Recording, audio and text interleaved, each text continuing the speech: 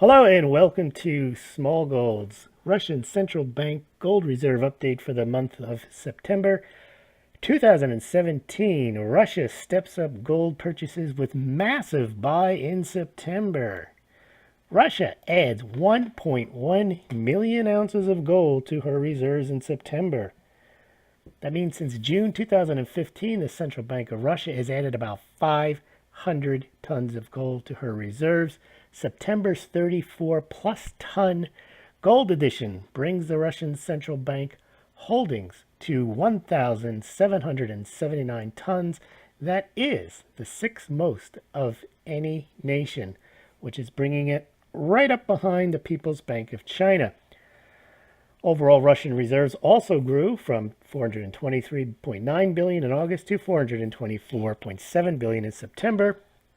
And gold now constitutes about 17.3% of overall Russian reserves. There is your pitch to donate to Smaulgld via PayPal, Bitcoin, or Litecoin at the links below this video, and also a bid to ask for you to become a Smaulgld patron. You can do so on the site. Now let's take a look at the Russian gold reserve situation. So in 2015, Russia added 208 tons. For those of you looking for ounces, that's 6.7 million ounces. And last year, Russia added about 199 tons, or 6.4 million ounces. So at the end of 2016, Russia had about 1,614 tons. This year, the Central Bank of Russia has added 5.3 million ounces so far through September.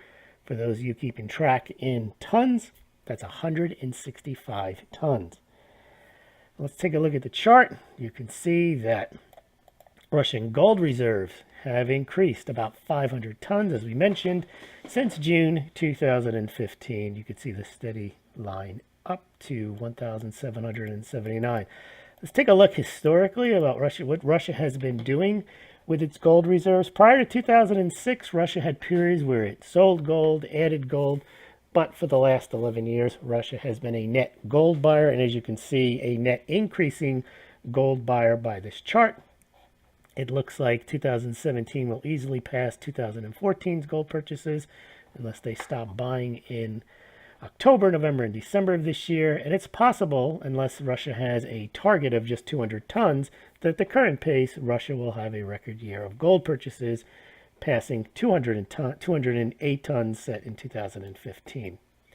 If you want to add to your own gold stack, you can do so at BGSC, Gold and Eagle Coins, SD Bullion, Money Metals Exchange. They are Smaulgld affiliate links, where if you click on them, you pay no more, no less than if you visited those sites directly, but you can compare pricing and shipping at those links. And if you do buy, Smaulgld makes a small commission, not investment advice, but please consider, if you're going to buy gold or silver, to check out the links below and on the Smaulgld site. Now, since 2009, Russia has added over 1,100 tons to reserves, more than China, who's added only about 775 tons of gold during the same period. But if you look at what Russia does, they've had a few months, 1, 2, 3, 4, 5, 6, 7, 8 months since June 2014, where they've added over 1 million ounces of gold. Indeed, since June 2014, Russia has added 22.5 million ounces of gold, or approximately 700 tons.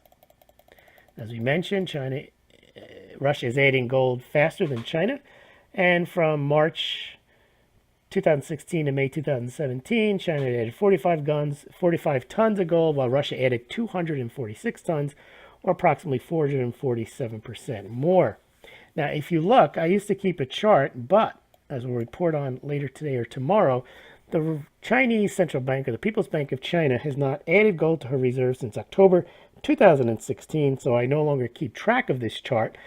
Even when both countries were reporting gold to their reserves, Russia was adding more, and then China stopped reporting that it was adding any gold. That doesn't mean that there's not more gold going into China through Hong Kong, Shanghai, or that they're not still the world's leading gold producer. It's just that it's not finding its way to the People's Bank of China, whereas a lot of gold in Russia is ending up at the Central Bank of Russia.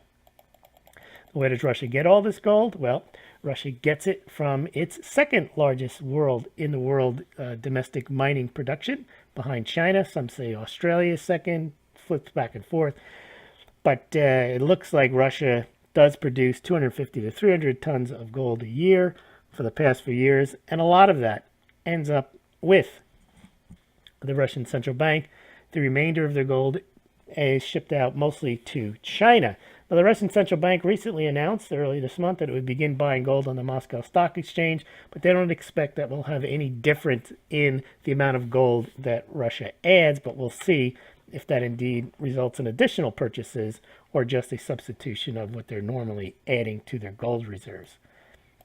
And here's where Russia now is in the league tables. Top 10 gold holding nations. You can see Russia now creeping up on China, and if the People's Bank of China does not start adding gold soon, within the next 3 to 6 months, Russia will become the 5th largest gold holding nation by central bank, as they will soon pass 1,800 tons, probably this year, and they will probably pass 1,850 tons in the next 6 months. Next stop, France, as you can see. Now, reserves, Russia, even despite the fact that it has sanctions against it, has managed to build its foreign reserves, both its foreign reserves and its currency reserves, and they've increased about 27%. They've added about $103 billion to the reserves, so they are now around $425 billion in reserves, of which $73 billion is gold, or about 17.3%. Part of Russia's rebuilding of reserves includes buying U.S. treasuries, and you can see the U.S. Treasury position is now a healthy 105 or so billion in U.S. treasuries, up from about 75 billion a little less than a year ago. And that about does it for today.